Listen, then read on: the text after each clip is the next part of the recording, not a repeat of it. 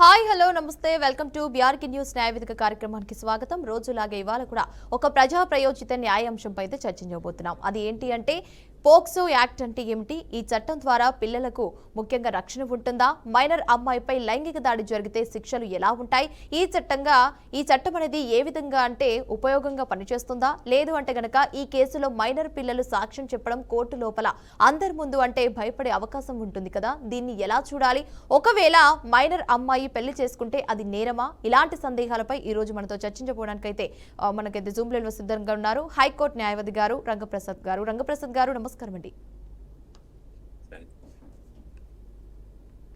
రంగప్రసాద్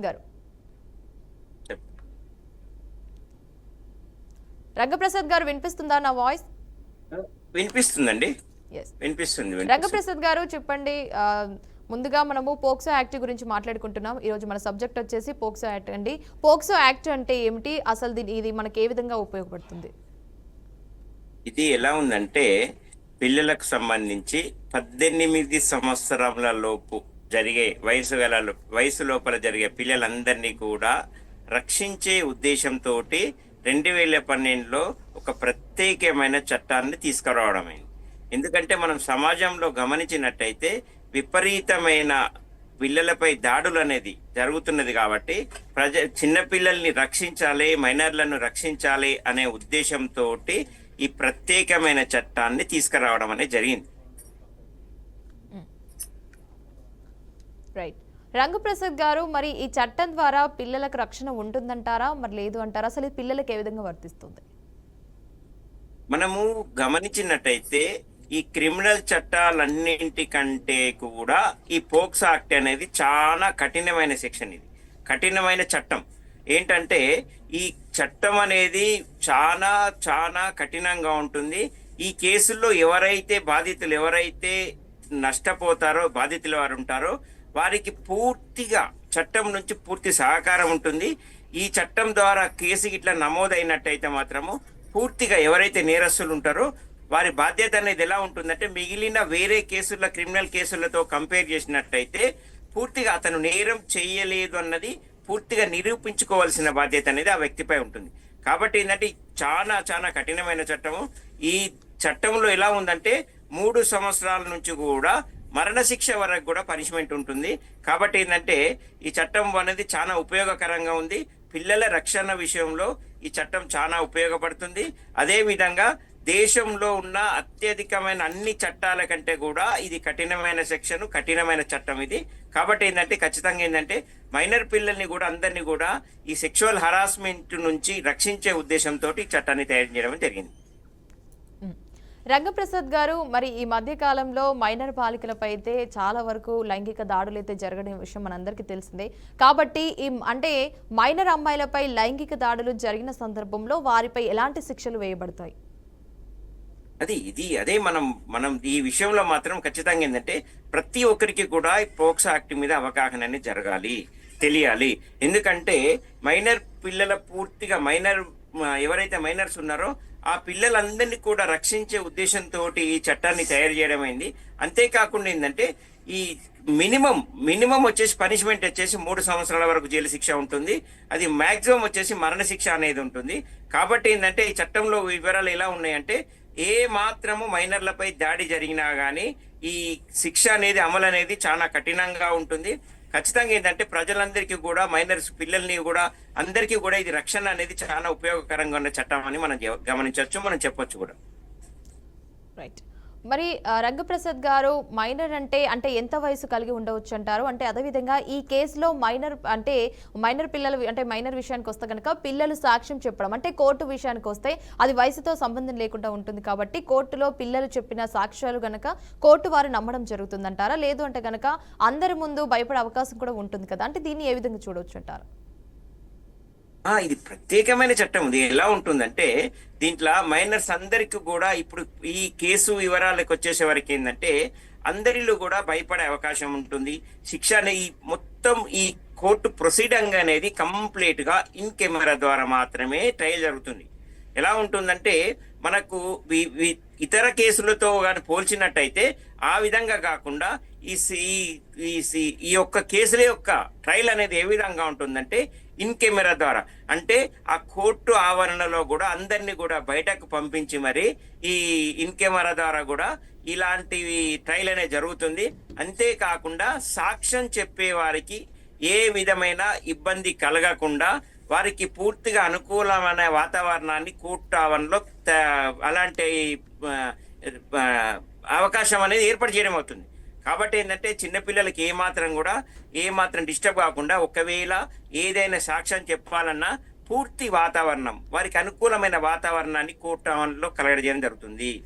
అంతేకాకుండా నేరస్తులైతే ఎవరైతే ఉంటారో మనం గమనించినట్టయితే ప్రతి కేసులో కూడా ట్రయల్ విచారణ జరిగేటప్పుడు ఎలా ఉంటుందంటే ముందుగా నేరస్తుడు అనేది ఒక పక్కన నిల్చుంటారు, ఇదే విధంగా సాక్ష్యాలు కూడా చెప్పడం జరుగుతుంది. కానీ ఈ పోక్సో యాక్ట్ సంబంధించి అలా ఉండదు. ఖచ్చితంగా ఏంటంటే కోర్టు ఆవరణలో ఒక పరద అనేది ఒకటి ఏర్పాటు చేస్తారు. చేసేసి ఏంటంటే నేరస్తులు ఎవరైతే ఉంటారో వారిని లోపల, అంటే ఎవరైతే విచారణ అనేది ఈ ట్రయల్ అనేది జరుగుతుందో వారు ఎవరికి కూడా నేరస్తులు కనిపించకుండా ఈ ట్రయల్ అనేది విచారణ అనేది జరుగుతుంటుంది. కాబట్టి ఖచ్చితంగా ఏంటంటే ఈ ప్రొసీడింగ్ అనేది చాలా స్పెషల్ ప్రొసీడింగ్.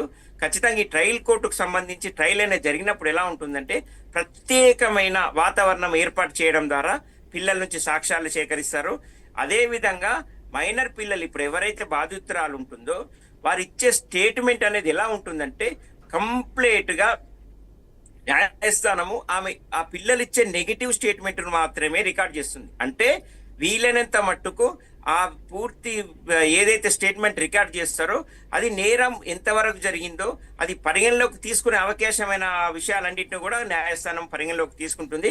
కాబట్టి ఏంటంటే ఈ విషయాలు ఎప్పుడైనా కానీ పోక్సో యాక్ట్ సంబంధించి మాత్రము నేరస్తులనే తప్పించుకోవడం చాలా కష్టమైన పని. అది జరిగే విషయం కాదు. ఖచ్చితంగా ఏంటంటే పోక్సో యాక్ట్లో ఏంటంటే మన ట్రయల్ కోర్టులు కూడా చాలా స్పెషల్ కోర్టులు ఏర్పాటు చేయడం అయింది. ఇందులో మాత్రం ఎవరైనా నేరం చేసినట్టయితే ఖచ్చితంగా శిక్ష అనుభవించక తప్పదు. రైట్. రంగప్రసాద్ గారు, ఒకవేళ చాలా మందికి ఏంటంటే తల్లిదండ్రులు వారి యొక్క ఆర్థిక పరిస్థితులు బాగాలేక వాళ్ళ ఫ్యామిలీ ఇష్యూస్ అని చెప్పేసి అమ్మాయిలకు చాలా ఎర్లీగా మ్యారేజ్ చేయడం జరుగుతుంది. అది అంటే మైనర్ అమ్మాయికి పెళ్లి చేయడం కావచ్చు, అంటే ఎర్లీగా మ్యారేజ్ చేయడం అనేది సాధారణంగా చాలా మంది చేస్తూ ఉంటారు. అలా చేసిన వారి ఫ్యామిలీ అంటే వారి తల్లిదండ్రులపై కావచ్చు, అదేవిధంగా చేసుకున్న వారిపై ఎలాంటి చర్యలు తీసుకోబడుతుంది? ఇది మైనర్ అమ్మాయిలకు వివాహం చేస్తే తల్లిదండ్రులు కూడా నేరస్తులే. అంతేకాకుండా ఎవరైతే మ్యారేజ్ చేసుకుంటారో, వివాహం చేసుకుంటారో వారి పేరెంట్స్ కూడా నేరస్తులే. అంతేకాకుండా ఎవరైతే వివాహం చేసుకుంటారో వారి మీద అవసరమైతే పెళ్లి చేసుకున్న తర్వాత కూడా చట్టపరమైన చర్యలు చాలా సీరియస్ గా ఉంటాయి. అతనిపై రేప్ కేసు కూడా ఫైల్ చేసే అవకాశం అనేది ఉంటుంది. ఒకవేళ మైనర్ అమ్మాయిని వివాహం చేసుకున్నట్టయితే మాత్రము ఆ వ్యక్తి ఎవరైతే వివాహం చేసుకుంటారో అతనిపైన కూడా రేప్ కేసు అనేది ఫైల్ చేయడం ఉంటుంది. అంతేకాకుండా ఒకవేళ మైనర్ని వివాహం చేసుకున్న ఫ్యామిలీ మెంబర్స్ వివాహం చేసిన వాళ్ళు కూడా చట్టపరంగా చర్యలు తీసుకోవాల్సి వస్తుంది. వారిపై చేసుకున్న వారిపై కూడా తీసుకోవాల్సి వస్తుంది. కాబట్టి ఇలాంటి వివాహాలకు అందరూ కూడా నేరస్తులే. చట్టం అనేది అలా చెప్తుంది అన్నమాట. రైట్. రంగప్రసాద్ గారు, ఒక ఇంపార్టెంట్ క్వశ్చన్ అయితే అడుగుతానండి. ఒకవేళ మైనర్ అమ్మాయి అయ్యుండి తనకు ఇష్టంతోనే పెళ్లి చేసుకున్నాను అంటే గనక కేసు అనేది కొట్టివేయబడుతుందా? ఇది ఇప్పుడు మీరు అనే క్వశ్చన్ ఏంటంటే సాధారణంగా చాలా వరకు అందరు ఎదుర్కొంటున్న సమస్య ఇది. అందరు ఎదుర్కొంటున్న ఇది సందేహం. ఒకవేళ మైనర్ అమ్మాయిని వివాహం అనేది అమ్మాయి ఇష్టపూర్వకంగా చేసుకున్నా కూడా చేసుకున్న వారు నేరస్తులే. ఒకవేళ కోర్టు ముందు సాధారణంగా ఎలా ఉంటుందంటే ట్రయల్ అనేది జరిగినప్పుడు ఏంటంటే గౌరవ న్యాయస్థానము ఆ అమ్మాయి యొక్క స్టేట్మెంట్ అంతా కూడా రికార్డ్ చేస్తుంది. సాక్ష్యం తీసుకునే సందర్భాలలో ఎలా ఉంటుందంటే అమ్మాయి ఏదైతే చట్టం విషయంలో నాకు ఇష్టమై నేను ఒప్పుకున్నాను, నా ఇష్టమై నేను పెళ్లి చేసుకున్నాను అని చెప్పినప్పటికీ కూడా చట్టం ఏం చెప్తుందంటే అమ్మాయి చెప్పిన నెగిటివ్ వర్డ్స్ మాత్రమే చట్టం తీసుకుంటుంది లెక్కలోకి. కానీ ఆ ఇష్టపూర్వకంగా వివాహం చేసుకున్నానని చెప్పినప్పటికీ కూడా వివాహం చేసుకున్న వాళ్ళు మాత్రం నేరస్తులే. ఎవరైతే వివాహం మైనర్ అమ్మాయిని చేసుకుంటారో వారు నేరస్తులే. వారిపై చర్యలు అనేది చాలా కఠినంగా ఉంటాయి. అంతేకాకుండా అమ్మాయి కానీ అమ్మాయి పేరెంట్స్ కానీ కాంప్రమైజ్ అనేది చేసుకున్నా కూడా ఈ కేసు అనేది కొట్టివేయడం అనేది జరగదు. కాంప్రమైజ్ చేసుకున్నప్పటికీ కూడా ఆ నేరానికి వాళ్ళు ఖచ్చితంగా శిక్ష అనుభవించవలసి అనేది ఉంటుంది. రైట్. రంగప్రసాద్ గారు, మరి ముఖ్యంగా ఈ పోక్సో యాక్ట్ కేసులో గనక బాధితురాలి పేరును మీడియాలో లేదా పబ్లిక్ గా వెల్లడించవచ్చా? మరి అంటే అట్లా చేసే అవకాశాలు ఏమైనా ఉంటాయా? చట్టంలో ఉన్న ఇంపార్టెంట్ ఏదైతే వివరణలు ఉన్నాయో అందులో ఇది ఒకటి. ఏదైనా ఒక మైనర్ అమ్మాయిపై ఒక ఆరోపణ జరిగినా, ఒకవేళ అఘాయిత్యం జరిగినా గానీ ఆ అమ్మాయి పేరు గాని ఆ అమ్మాయికి సంబంధించిన ఏ వివరాలు కూడా మీడియాలో అనేది వెల్లడించడం అనేది కుదరదు. ఒకవేళ ఆ విధంగా మీడియాలో వెల్లడించినట్టయితే చట్టపరంగా వాళ్ళు నేరం చేసిన వాళ్ళు అవుతారు. ఈ చట్టం అనేది ప్రత్యేకమైన చట్టం. ఇందులో వివరంగా చెప్పడం జరిగింది. ఒక మైనర్ అమ్మాయిపై దాడి జరిగినప్పుడు ఇలాంటి వివరాలను కూడా గోప్యంగా ఉంచవలసిన బాధ్యత పోలీస్ వ్యవస్థపై అనేది ఉంటుంది. ఈవెన్ మీకు పోలీస్ రికార్డులలో కూడా ఆ అమ్మాయికి సంబంధించిన వివరాలన్నింటినీ కూడా గోప్యంగా ఉంచుతారు.